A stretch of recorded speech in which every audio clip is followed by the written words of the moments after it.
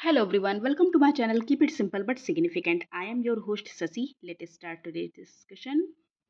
Which article protects a person's right to travel abroad under Indian Constitution? Indian constitution में किसी person के right है travel abroad, तो ये किस में प्रोटेक्ट किया जाता है? तो ये आर्टिकल है आर्टिकल 21। Answer is B.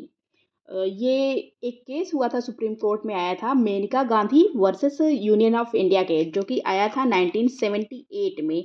उसमें सुप्रीम कोर्ट ने अपना डिसीजन दिया कि आर्टिकल 21 के अंतर्गत कोई भी व्यक्ति अब्रॉड जा सकता है। What does secularism mean? Secularism का क्या मतलब होता है? तो इसका मतलब होता है state having no official religion and citizens are free to follow any religion और faith. Constituent Assembly of India was formulated on the recommendation of which of the following? तो कॉन्स्टिट्यूएंट असेंबली जो इंडिया की थी वो किसके recommendation पर बनाई गई थी? तो ये था cabinet mission. Answer is D. Cabinet mission India में आया था 1946 में, रिकमेंडेशन दी थी कॉन्स्टिट्यूएंट असेंबली की। और कॉन्स्टिट्यूएंट असेंबली जो पहली बार बैठी थी न्यू दिल्ली में कॉन्स्टिट्यूएंट हॉल में, कब? 9 दिसंबर 1946 को बैठी थी। अब इस कॉन्स्टिट्यूएंट हॉल को कहा जाता है centre hall of parliament house. Which among the following is legacies of British rule in India? British rule जो इंडिया में था उसकी लेगेसी क्या रह गई है? तो ये है creation of Indian civil services, बिल्कुल, secretarial system, local self government, ये तीनों के तीनों ही ब्रिटिश रूल की लेगेसी है। So the answer is D, all of the above.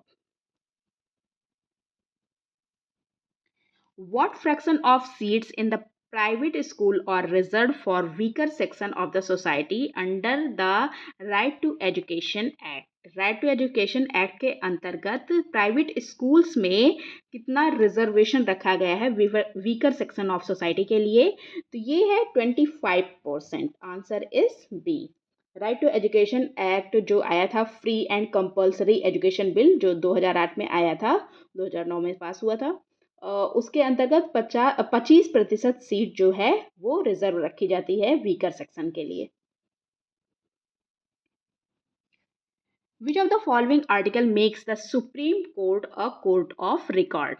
तो सुप्रीम कोर्ट को कोर्ट ऑफ रिकॉर्ड कौन सा आर्टिकल बताता है? तो ये आर्टिकल है कॉन्स्टिट्यूशन का आर्टिकल आर्टिकल 129। आंसर इज सी।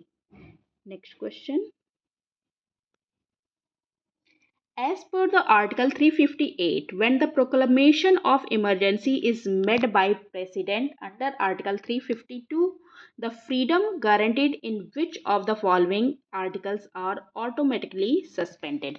तो 358 के तहत, ये आर्टिकल 358 में कहा गया है कि जैसे ही आर्टिकल 352 के तहत इमरजेंसी लगाई जाती है प्रेसिडेंट के द्वारा, तो कौन सा जो राइट है, फंडामेंटल राइट है, वो सस्पेंड हो जाएगा तुरंत ही।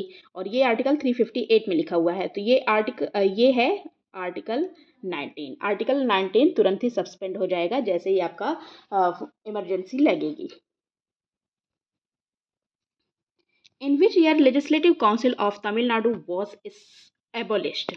तमिलनाडु का जो लेजिस्लेटिव काउंसिल है वो एबलिश हुआ था कब? 1986 में। Answer is C.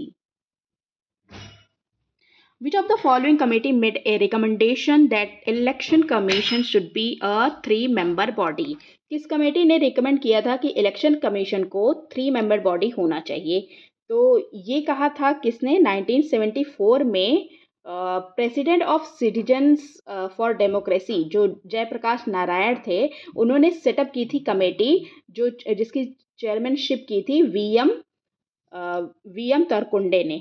वीएम तरकुंडे ने इसकी कमेटी की अध्यक्षता की थी और उन्होंने रिकमेंडेशन दिया था कि जो इलेक्शन कमीशन है वो सिंगल मेंबर बॉडी ना होकर मल्टीपल मेंबर बॉडी होना चाहिए। Okay, answer is a. Which among the following had an objective of introducing the self-governing institution to India? तो किसका ऑब्जेक्टिव था सेल्फ गवर्निंग इंस्टीट्यूशन को इंट्रोड्यूस करना इंडिया में? तो ये था Ford reforms. Okay, Montford reforms, इसको गवर्नमेंट ऑफ इंडिया एक्ट 1919 भी कहा जाता है। और इन्होंने रिकमेंडेशन दी थी, मतलब इनका ऑब्जेक्टिव था to introduce the self governing institution to the India. That's all for today. If you like my video, please do like, comment, share and subscribe. Thank you.